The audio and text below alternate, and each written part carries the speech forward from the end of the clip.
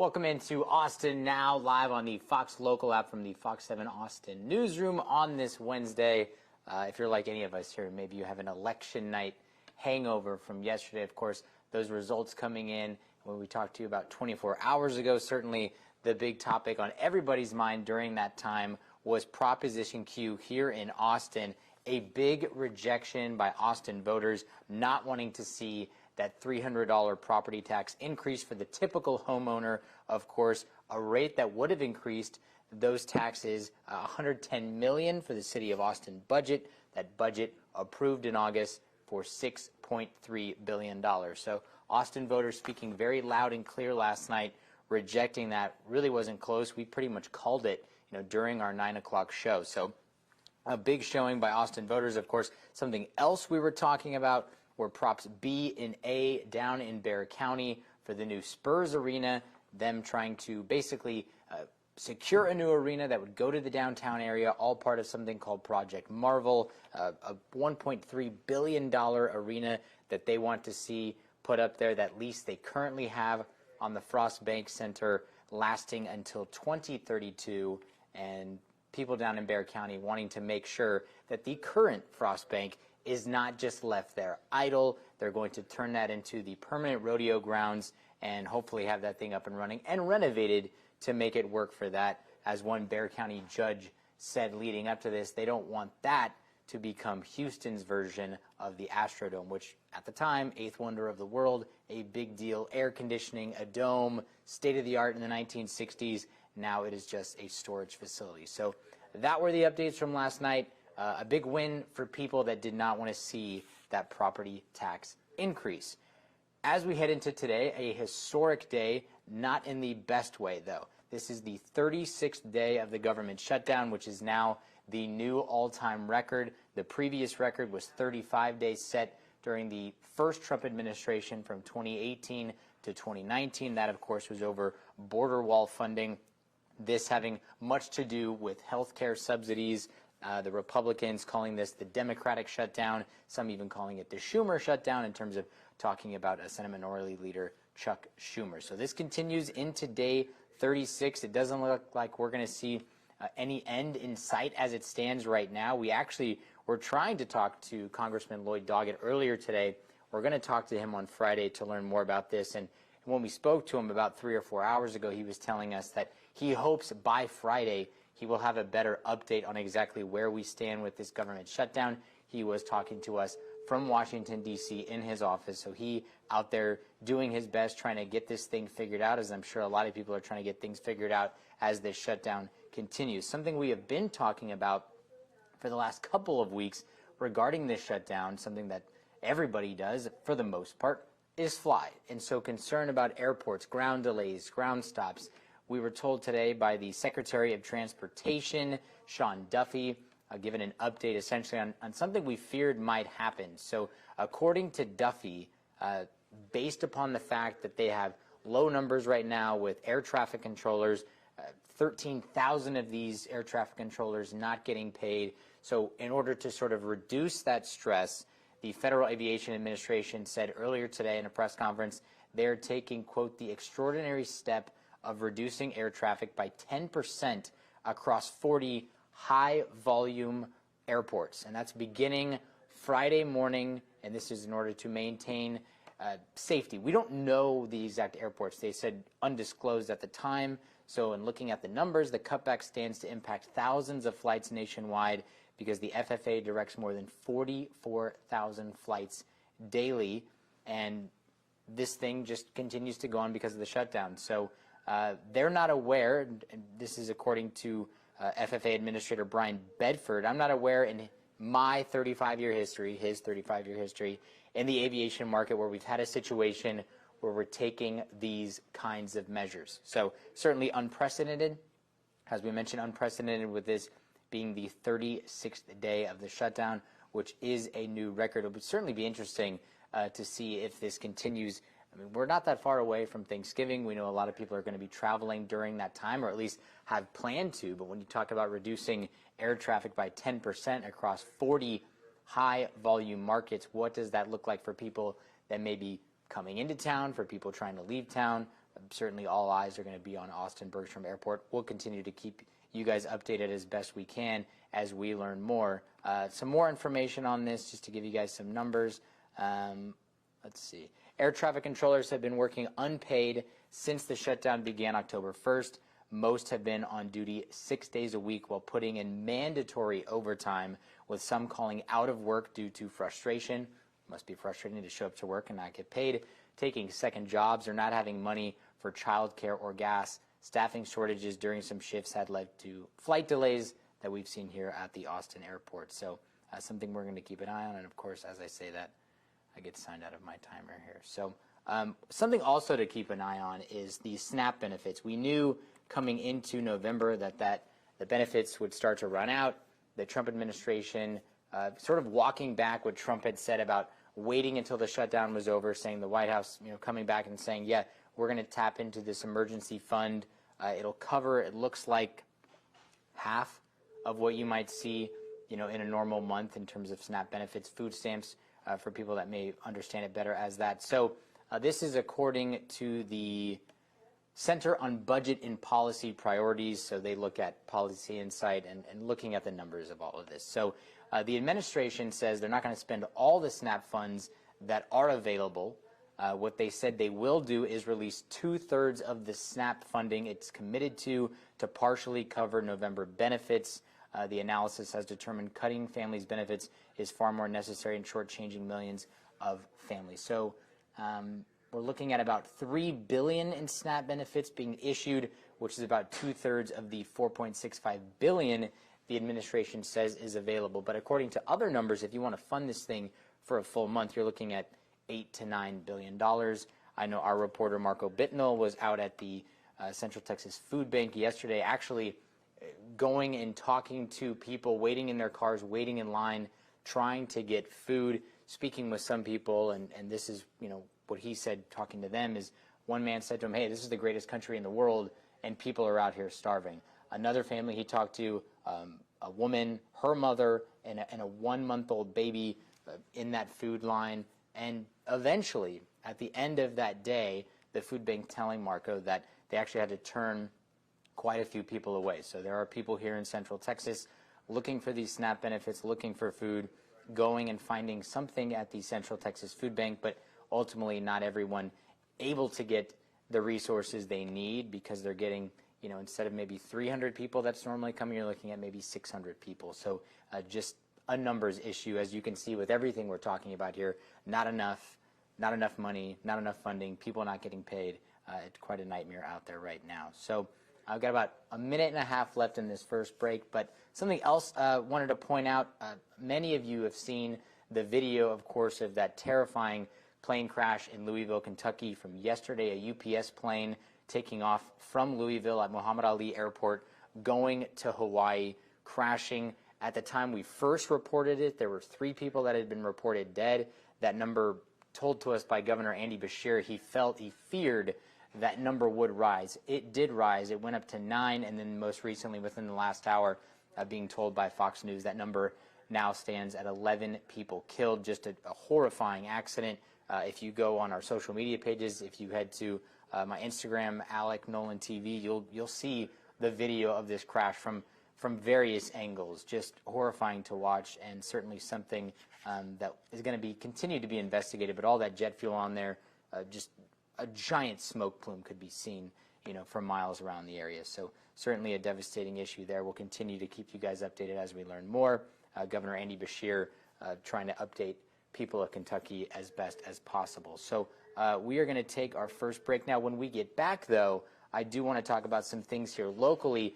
During election night coverage, we did have some breaking news about an Amber Alert. Our very own Katie Pratt will be bringing you guys that full story coming up in about 20 minutes on Fox 7 Austin News at 9. So I'll just give you an update on that. Our chief political reporter, Rudy, has been on so many stories lately involving dogs. We've got another dog rescue, and then we'll give you an update on the Austin ISD situation with consolidation and or closures, if you want to call it that. They also gave us an update during election coverage. So a lot of stuff happening at the last second last night, trying to get the information in. We'll give you guys the latest when we come back.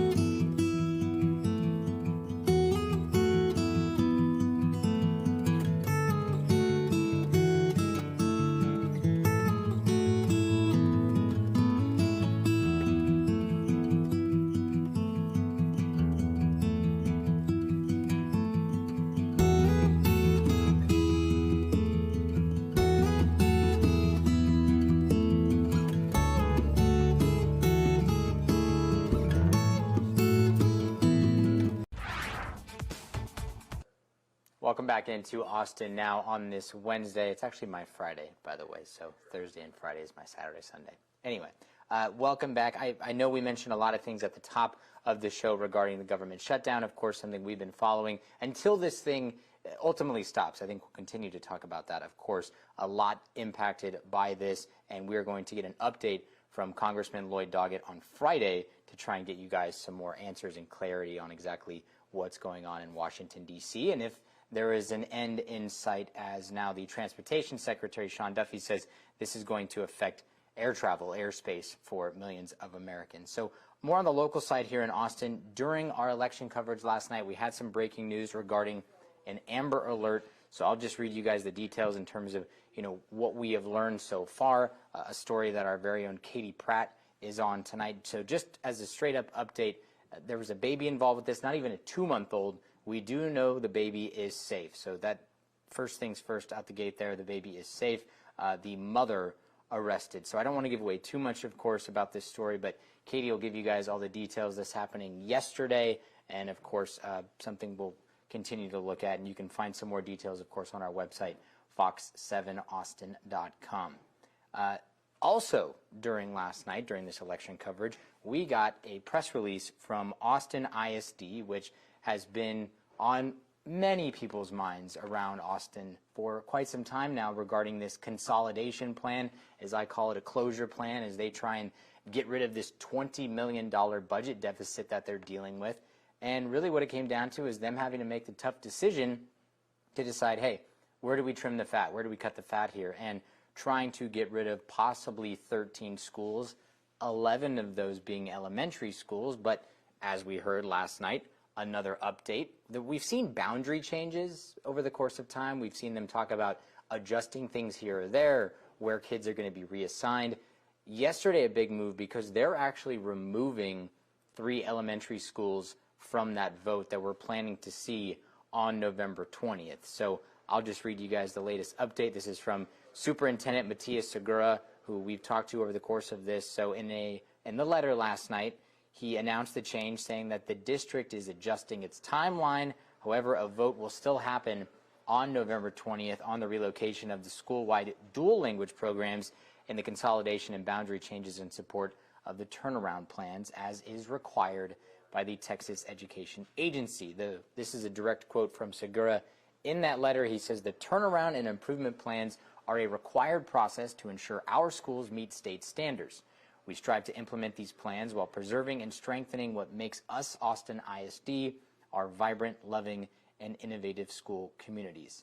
So if you're looking at those 3 elementary schools, Palm, Briker Woods, and Maplewood are removed from that closure vote on November 20th. So Segura said any campuses affected by boundary changes separate from turnaround plans will be postponed until next year. So this is just a postponement. Just because they're not on that vote come November doesn't mean that won't go back into the same situation come 2026. So we could still see those schools go away. But what's interesting is we went to Maplewood, Marco did actually, and they were trying their best to voice their displeasure with all of this and holding this concert and basically telling Austin ISD, hey, you didn't listen to us, you're not letting us voice our opinion on this. Briker Woods the following day saying the same thing, holding this rally in the morning. I know our other reporter, Jessica, was on that as well. So this is something the schools have felt is necessary. They've been flooding our inboxes with, reasons why they don't think they should leave, why they're happy where they are. So Palm, Briker Woods, Maplewood removed from that closure vote on November 20th, but it's not a permanent situation. It's just looking like they're going to take in more information. So something else the superintendent said is the other 3 were originally in the mix as an effort to balance enrollment, but that is now on pause, and so are other boundary changes. Here's another quote from what he said. It became clear that some of the refinements around boundary changes and the consolidations tied to balance enrollment had not met my expectations when it comes to exploring all ideas that had validity. And so when I think through the magnitude of this decision, it was important to me that when I go to our trustees and when I got our community and I make a recommendation, that I believe in every aspect of how we got here, and I know that is, and I feel that way for the 10 consolidations that we are proposing. Closures, not consolidation. Anyway, this an interesting part here. Segura said he recently received concerns about the integrity of people in the district's operations and communications divisions. These are the people leading the process of applying community feedback of the plan. So he coming out and saying this. He says, quote, integrity of the process has to be held throughout the entire process, or else it's difficult for me to provide my support and take it forward. We are at a point now, based on information the administration has received, where I have concerns about our ability to be responsive to the ideas community has brought forward. So Segura coming out saying that this process, the people within his own building, the people he works with, people that work for him, he has concerns about this. So this is something we've heard from parents, that they felt like their input was not heard whatsoever, and all of a sudden they felt like the rug was swept out from under them. So it's really interesting to me that Segura coming out and saying this, that he himself has concerns about what's going on here. Checking our time. Got about a minute and a half left. Segura would not say whether the individuals under investigation were put on administrative leave, but he said he made changes to the structure of his team. I mean, this is a big deal here in what he's talking about. Segura said in the spring he plans to consider more consolidations and boundary changes. So, as I said, just because there's only 10 consolidations on that vote now doesn't mean come the spring that's going to happen, because by closing 13 schools, they're going to save about $25 million and hopefully get out of that $20 million budget deficit. But that's, as he told us 2 weeks ago, that's just a temporary fix. That doesn't make this thing go away forever. So really interesting stuff coming out of Austin ISD. A ton of upset parents. It sounds like Segura, the superintendent himself, upset. We don't know if people are on administrative leave. We don't know what the investigation is going to pull out of this, but it sounds like the question of integrity, really, really interesting in this part of it. Didn't get as much time as I wanted on this story from Rudy Koski, who, as I mentioned, is our chief political reporter, but he's had some really interesting stories lately regarding dogs stolen or dogs rescued. So I'll read a little bit of this. We'll follow up when we come back. But essentially, 13 dogs were rescued in need of homes after an owner was actually killed in a crash. This coming out of the Sandy Creek community, a community that's been devastated, of course, from those floodings back in July, which was, right before I got here. But obviously, you've all seen and heard the damage of what has happened there. So a really interesting story by Rudy. You can go on our website, fox7austin.com, and check that out. These 13 dogs rehomed after their owner dies. We're going to take our final break. When we come back, we're going to talk about another historic situation in New York City regarding the mayor's race.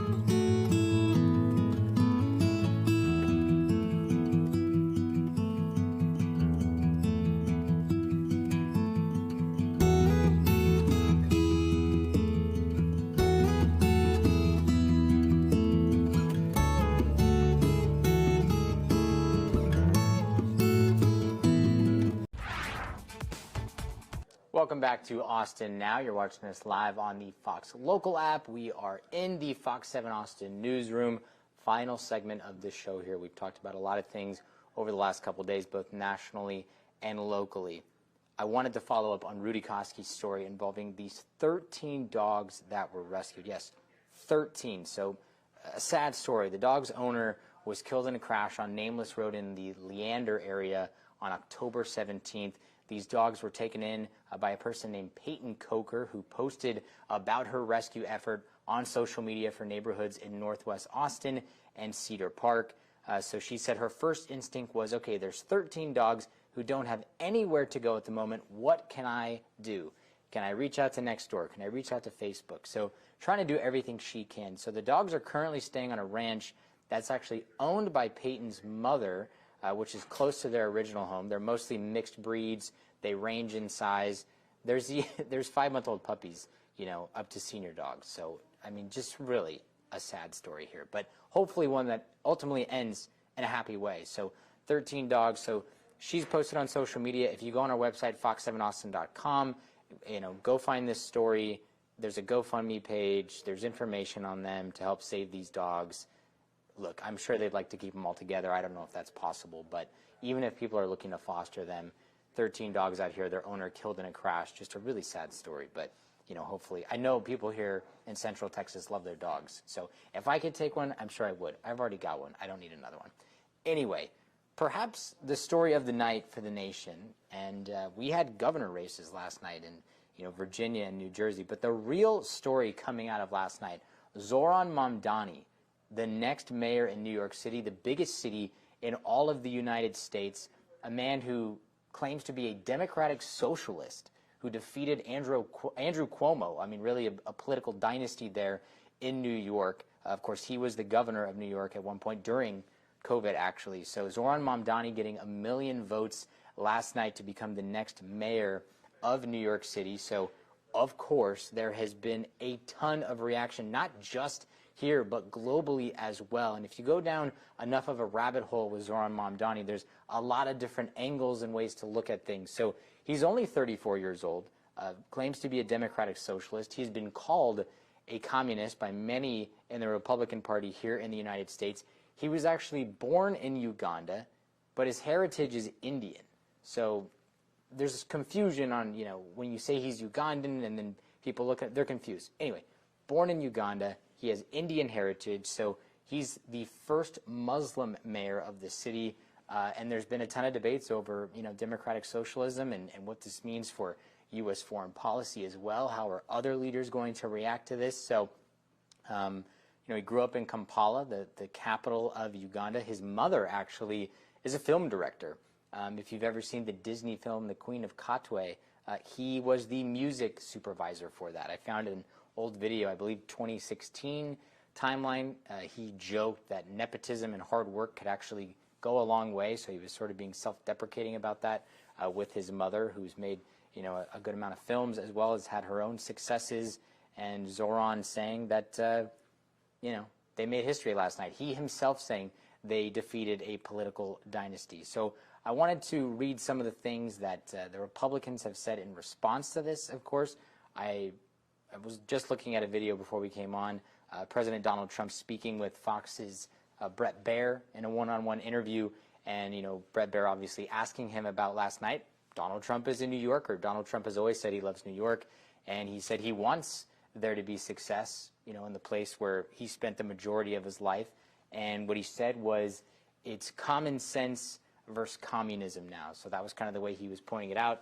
And then the Texas governor, Greg Abbott, also coming out on social media today saying this is capitalism versus communism, and he believes Texas right now is the HQ of capitalism. And with everything that's going on here, of course, in the tech world, the Texas Stock Exchange, a lot of success here for Governor Abbott as well, and regarding the economy and a lot of people moving here and things happening, of course, Tesla headquarters being here. So a ton of reaction. Mike Johnson, the Speaker of the House, he also had some choice words. I'll try and pull those up now as we've only got a couple minutes left here. But yeah, certainly we knew that if he were to win, there would be a ton of reaction on both sides of the aisle, and there is. And it makes you wonder, Democrats being asked today, is this the future of the party? Mike Johnson calling him, you know, the bellwether of the Democratic Party. So I'm trying to pull up what Mike Johnson said here. He had a lot of things to say.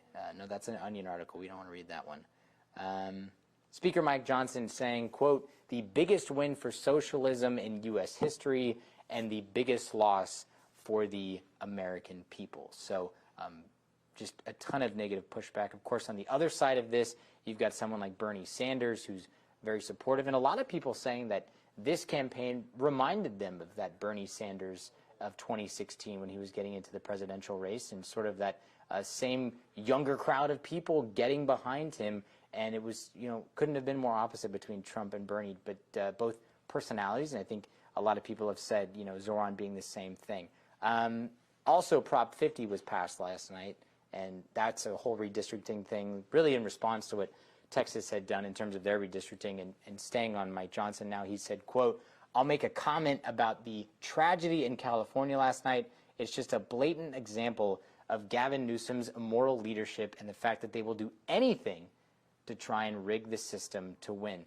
Trump was also saying this yesterday on Truth Social ahead of the election, saying that it was rigged in California anyway. And then during the presser with Caroline Leavitt, the White House press secretary, she was saying the same thing. She had evidence and it's rigged, and so it got nasty yesterday. Just a lot of things happening today.